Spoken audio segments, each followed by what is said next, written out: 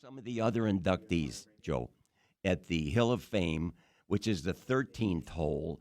They have these plaques on the trees. They actually screw them right into the trees. Where, Oak Hill? At Oak Hill, Oak on the Hill. 13th hole, the par 5. A wonderful, wonderful hole. Listen to this. Walter Hagen, Ben Hogan, Robert Trent Jones, Gene Saracen, President Dwight D. Eisenhower, Bob Hope. I mean, come on. Nicholas Palmer, Player, Trevino, and on and on and on. You know what I mean? No Perry Noun yet? Yeah. No. Okay. Well, we've been trying to reach our next guest, and, I got up at 3 o'clock, and I couldn't go to sleep, folks. I could not go to sleep. I was like a little kid in a candy store, and I believe we have somebody coming on the air. We were talking about the Hill of Fame ceremony, and, Scott, I'll tell you what I should have done. I should have got that little clip at the end of his speech. Folks, we finally got him.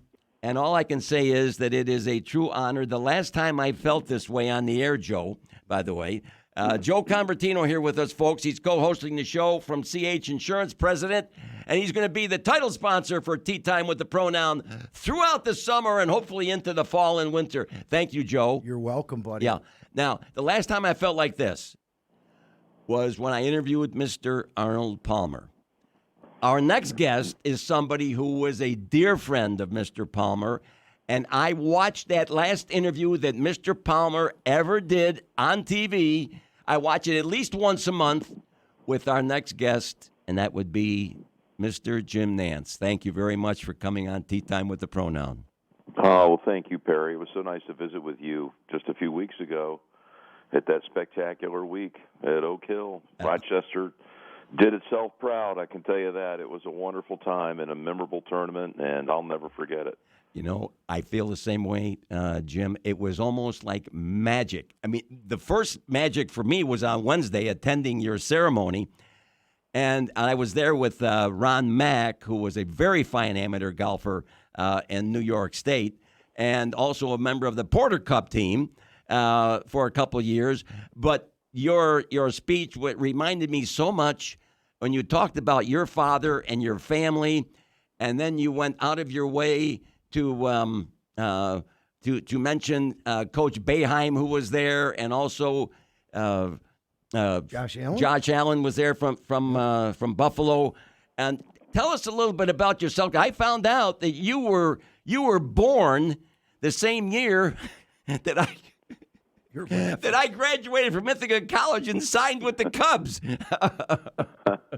Well, it all goes fast, doesn't it, Perry? I know your show, you've had it for forever, and I told you that day I wanted to come on, but I'll never forget being inside the ballroom, inside that magnificent clubhouse, and looking down and seeing wonderful friends like Julie and Jim Boeheim came over to attend that, and Josh Allen and Von Miller and my CBS family, and that Hill of Fame recognition is not anything I ever could have imagined would be bestowed on me, but it meant a ton, I could tell you that. And thank you for opening this by mentioning that interview with Arnold Palmer. AP was a special part of my life. He was for many, I know that, and I will never forget him. I still feel his presence at every twist and turn, and I had the honor of not only having that last interview with Arnold, but delivering a eulogy at his funeral. And I learned so much from being around him. And I had in his later years, maybe his last 20 years, numerous occasions to play golf with him, travel around, do functions together where I would interview him in front of a corporate gathering, whatever it might be. And it was just amazing to watch him interact with people. I've never seen anyone more gracious in my life. Yeah. Well, Jim, honored to be with you. This is Joe Convertino, co-host. I mean, I'm with a legend here, Perry, and now I'm with a legend with you. This is just such an honor. Thank you, Joe. And it's just awesome. And I want to, congratulate you, your family. You are just the best in the business, Question I have for you, though, for Perry and I, your greatest call may be in golf. I mean, there's probably a ton of them, but if you have to rank one of the best, calls that you made during your golf career on the air, what would be the top one? Well, that's a tough one because they're all attached to such memorable historic events.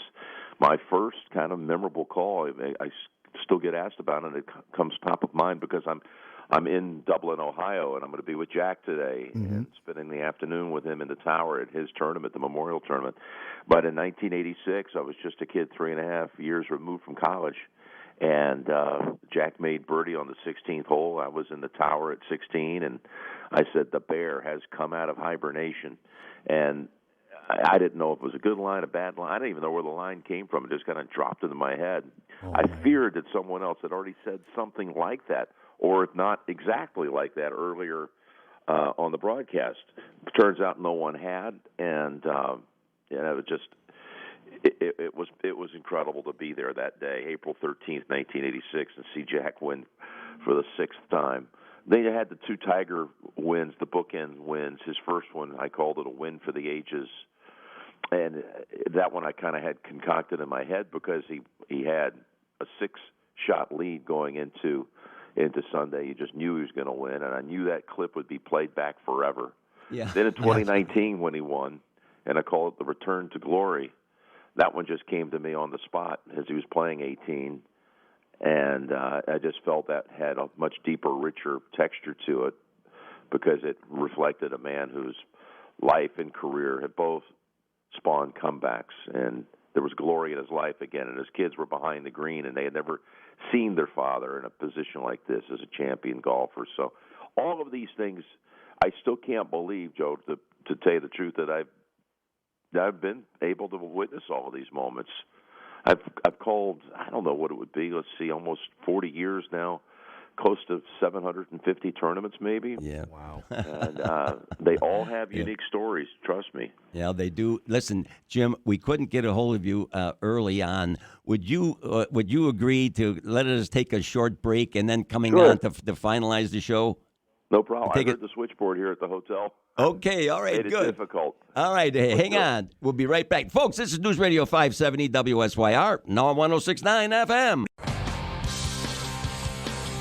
Welcome back, ladies and gentlemen. Tea Time with the Pronoun, the fastest moving golf show on the planet. We've been here for almost 25 years, Joe. Joe Convertino from CH Insurance, our new title sponsor. Good morning, Joe. Good morning, and what a first day for me. Oh, what a first day for Joe. And on the line with us, our guest in the previous segment, it was just holding over, Mr. Jim Nantz. I have a couple more. Good morning, Jim. Good morning, friend. Hello. I'm fine. Yes, and there it is. Hello, friends. Hello, friends. We love that. You told a story at Oak Hill about how that evolved. Could you mind telling the audience how that evolved, Jim? Yes, I'll make it simple. It just was a pure shout-out connection point with my father, who was falling and failing to Alzheimer's disease, and his memory was slipping by the week. And early on, I wanted him to know that I would come on the air and send a message to him that I was thinking of him at that very moment. When he would see me on camera, I would say, hello, friend. It was directed to my dad. It's not something that I'm kind of revisiting history here. But it goes back to that time when I first said it, and everyone knew that was my message from my father, to let him know that he was in my thoughts at that time. And little did I know that all these years later, I would still repeat it every time I first come on camera. And it's calming and comforting. He's been gone now 15 years this month. But when I have that flicker of a second, when we come on to start a football game or whatever it might be, a golf tournament, I think of him, and I feel like I'm communicating with him. I'm conversing with him, and it relaxes me. It's nothing more than that. It was not some some cheesy attempt to try to draw attention to myself. Lord knows that's the last thing I want, but it was just a way I was a loving son and father combination, trying to communicate with one another through the vehicle of television. Yeah, well, we got a caller called in, and he said he wanted to ask Mr. Nantz a question. So we've got Charlie from Syracuse. You have a question for Jim Nantz? Mr. Nantz, is it true that Jim Boeheim is on the Oak Hill thing that you're on? and an actual plaque at Oak Hill, and I understand why you would have a plaque there, but how would Jim Boeheim have a plaque at a golf course? I don't get that. That doesn't make sense. Hello, Jim, are you on the air? Yeah, hello. Wait a minute. Mr. Nantz, hey, Jim, are you on the air? Yes, sir. Did we lose him? I'm right here. Hello. Coach Boeheim's there. Mr. Nantz fell off. He's coming back on. Hang on, Oh, Coach. okay. Jim, hang on a second. Coach, while we got you on, how was fishing yesterday? A lot of perch. A Did lot you? of nice perch. Those look nice. I saw the Facebook post. Did you eat them? Did you perch fillets are delicious? I'm allergic. You're allergic. We caught a lot of them. You know, I saw you guys. How far back do you go with Jim Nantz? Way back. I mean, the early 90s, probably 30. Early 80s, really. Yeah, because he started his career in the 80s. Yeah. And then I remember, I'll tell you what, we're trying to work this out because I told Jim that we had a caller from Syracuse that had a message for him. So what do we do, Scott? Did we lose him again? We're back. Oh, there he is. Okay, When listen. you were trying to connect me, I think you accidentally hung up on me. I thought, what did I say? Oh, you didn't say anything. You didn't say anything. But I said we had a caller who had a question for you, Jim. And it is the caller. Do we have the caller on the line yet, Scott? Yes. Okay. Sir. All right. Listen. There it Okay. is. Go ahead. This is Charlie from Syracuse, Jim. I have a feeling it's not Charlie, but go ahead. Mr. Nantz, the question I have is, I know you are a great Say no more, Jim. How are you, pal? I've never been better, but I still don't understand how I'm on a golf course plaque on an Oak Hill, one of the great golf courses in the world. I understand why you're there, and then they mentioned Nicklaus and Palmer and Bobby Jones, and then they don't. You notice though they didn't notice Jim Boeheim's up there. I mean that makes no sense at all. Well, that one I completely understand, actually. Totally. The famed golf coach of yesteryear in Syracuse.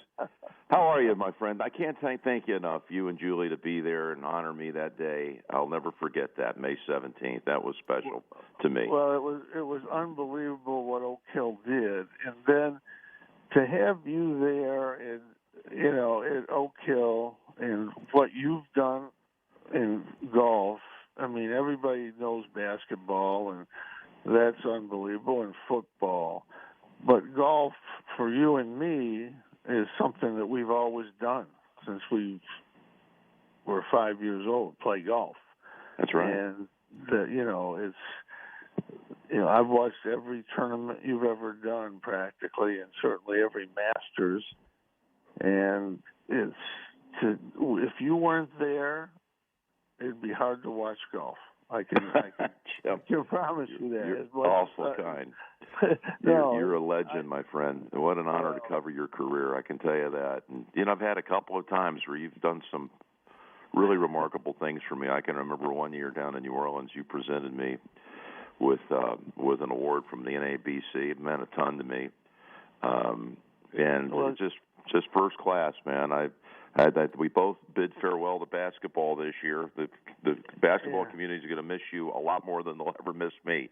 But your career is incredible. I mean, just incredible. And I'm so you get these things that you can't believe that you had a chance to document in my position, in my career, the people that you got to tell their story, and I'm really honored to have been able to tell yours on many occasions.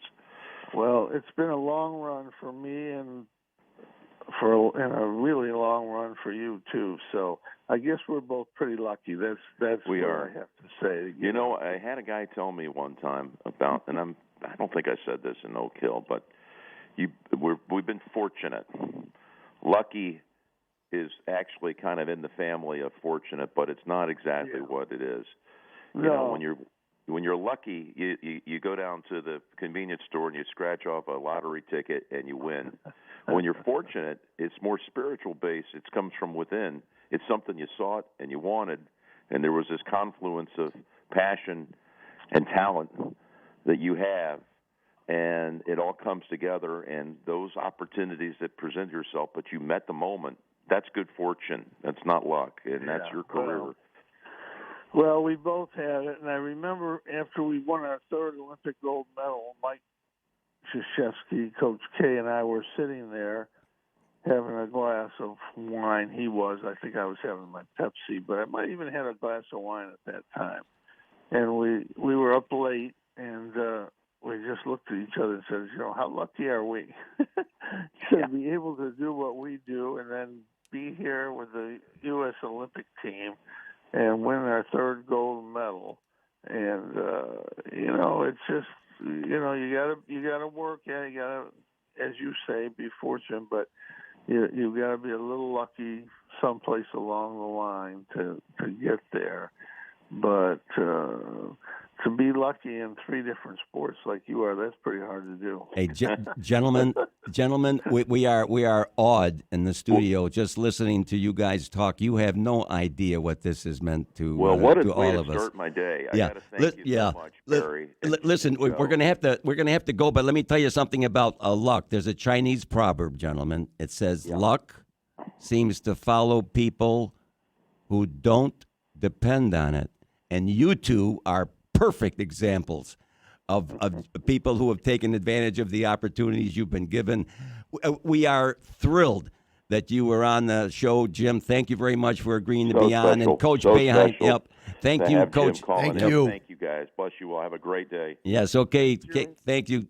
Talk to you later, guys. Okay, thank you so much. I don't know. What else do we say, Joe? Wow. That's all we can say. What a show, Perry. I was so proud. Oh, and I just want to thank you too, because luck happens to people that work hard. Yes. Okay, and it's whether it's all of us out there, the community. This was an honor today. By the way, you have no idea how difficult the show was behind the scenes, folks. If it hadn't been for Scott, this would not have happened. I guarantee you. How many dials? Scott, this would not have happened. Connor, how do you feel about this, Connor? I'm exhilarated. Hey, come on, Scott, get on there. You deserve applause for what you did today. I need some clean undies. Well, it's just one of those times when you get the legends that are talking.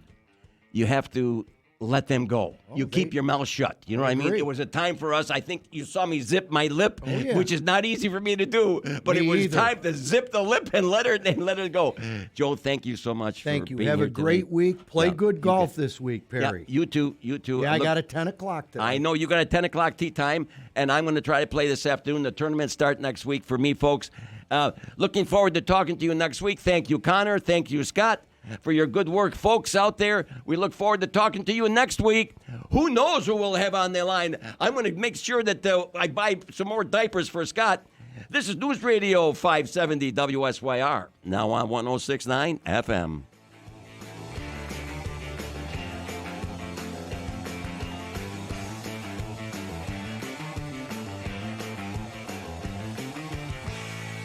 Proceeding was paid programming by Perry Noun. The content of this show is that of Tea Time with the pronoun by Perry Noun and does not reflect the views or policies of this station or iHeartMedia. The Talkback feature on the iHeartRadio app. In the app, tap the mic, then tap record, keeping you connected at 570WSYR.com.